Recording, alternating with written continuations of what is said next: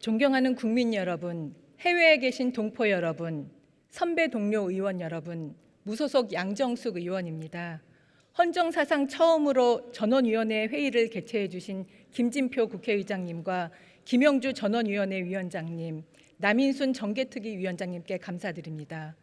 지난 대선과 지방선거 결과를 보면 대한민국이 완전히 두 동강이 났습니다. 마치 고구려 백제 신라처럼 제2의 후삼국 시대를 보는 것 같습니다. 이제는 진보, 보수 등 정치 성향을 달리하는 사람들끼리는 사돈도 맺지 않겠다고 합니다.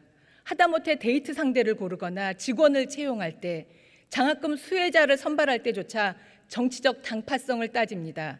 학부모들은 자녀들에게 정치 성향이 다른 아이와는 친구도 하지 말라고 합니다. 정치 양극화에 따른 부정적 현상이 비정치 영역에서도 만연한 것입니다. 지난번 미국 대선 때 트럼프 대통령 지지자들이 연방의회를 난립한 미국처럼 양당제 국가일수록 정치 양극화는 더욱 심합니다. 반면에 독일, 스웨덴과 같은 다당제 국가들은 상대적으로 갈등이 덜합니다. 국민적 동의를 얻을 수 있는 K선거제도를 만들어가야 합니다. 국회의원이 선거법을 개정하면서 선수가 심판까지 보려고 하는 것은 아닙니다. 이번 선거법 개정의 주체는 국민입니다. 선거법 개정을 공론화하여 국민이 결정하도록 해야 합니다. 우리나라 경제 규모는 세계 7위일 만큼 국민과 민간 영역은 너무나 잘하고 있습니다. 그러나 정부와 국회는 어떻습니까? 세계 하위권에서 맴도는 수준 아닙니까? 세계의 모든 국가가 정치 갈등을 겪고 있습니다. 이제는 갈등을 먼저 극복하는 나라가 세계의 선도 국가, 리더 국가가 될 수 있습니다. 국민들은 국회의원을 초특권 계급이라고 생각하고 있습니다. 저부터 모든 것을 내려놓고 국민의 신뢰를 얻도록 하겠습니다. 어제 전원위원회 발언을 보면 대체로 이렇게 정리할 수 있는 것 같습니다. 더불어민주당의 경우 소선거구제 플러스 권역별 비례대표제, 국민의힘의 경우 중대선거구제와 비례대표제를 폐지하거나 줄여야 한다는 것으로 대체로 이렇게 정리할 수가 있습니다.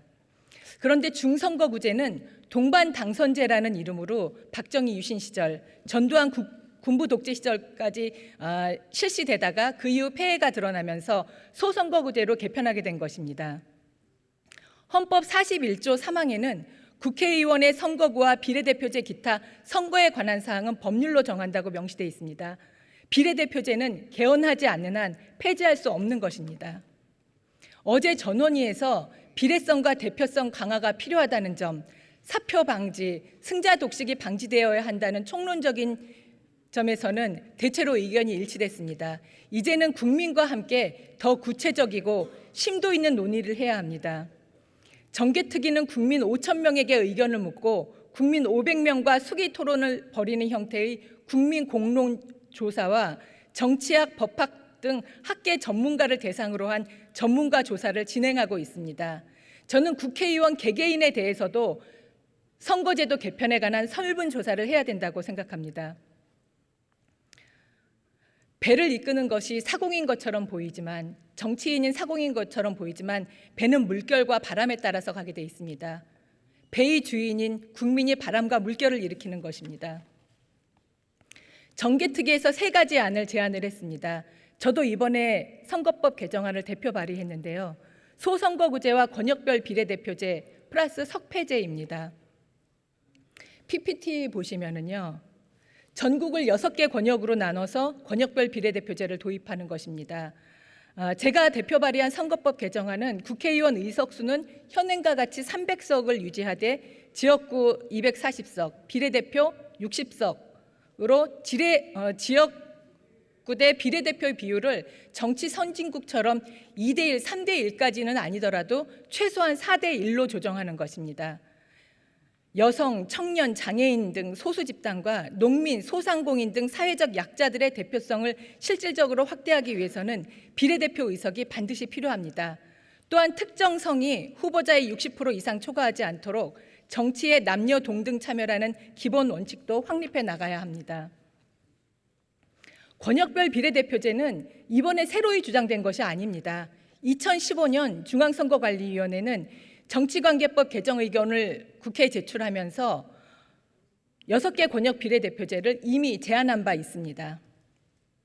권역별 비례대표제는 비례대표제를 채택하고 있는 OECD 33개국 중 27개국이 채택하고 있는 표준적 선거제도입니다. 석패율제하고 석패제에 대해서는 제가 PPT도 준비해 왔는데 시간상 좀 넘기겠습니다. 선거제도 개혁이 성공하기 위해서는 현 시점에서 최대한 실현 가능한 방안을 고민해야 합니다. 제가 대표 발의한 공직선거법 개정안은 지역이 240석이지만은 석패제 권역별 석패제 비례대표 국회의원 12석을 더하면은 결국은 252석으로 현행 지역구 국회의원 수인 253석 대비 한 석밖에 줄어들지 않습니다.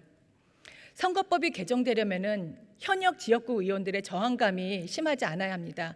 국민들은 이에 대해서 국회의원이 무슨 천부인권이냐, 국회가 기득권을 내려놓아야 된다, 이렇게 분노하고 있습니다. K-컨텐츠, K-컬처가 세계를 지배하고 있습니다. 앞으로는 주권자인 국민을 공경해야 한다는 홍익인간, 인내천 정신인 K-스피릿, K-소울이 세계에 전파될 것입니다. 앞으로는 이 K-스피릿, K-소울의 바탕을 둔 K-일렉션, 선거제도가 세계의 표준이 될 날이 올 것이라고 생각을 합니다. 중앙선거관리위원회 사무처장님, 박찬진 선관위 사무총장님 나와 계시죠? 예, 제가 사무처장님께 질의하면서 발언을 마치고자 합니다. 2015년 중앙선관위는 권역별 비례대표제 도입을 주된 내용으로 하는 정치관계법 개정안을 냈죠. 예. 당시에 중앙선거관리위원회는 권역별 비례대표제가 가장 합리적이라는 판단하에서 이런 개정안을 낸 것인가요? 그에 대해서 설명해 주시기 바랍니다. 끝까지 경청해 주셔서 감사합니다. 당시에도 20대 총선을 앞두고 지금과 같은 비슷한 문제들이 사회적으로 많이 거론되고 있었고, 그래서 저희들이 다양한 계층의 그 의견을 들어서 지금의 문제점을 좀 최소화시키는 차원에서 위원회에서 논의를 거쳐서 의견을 내게 됐습니다.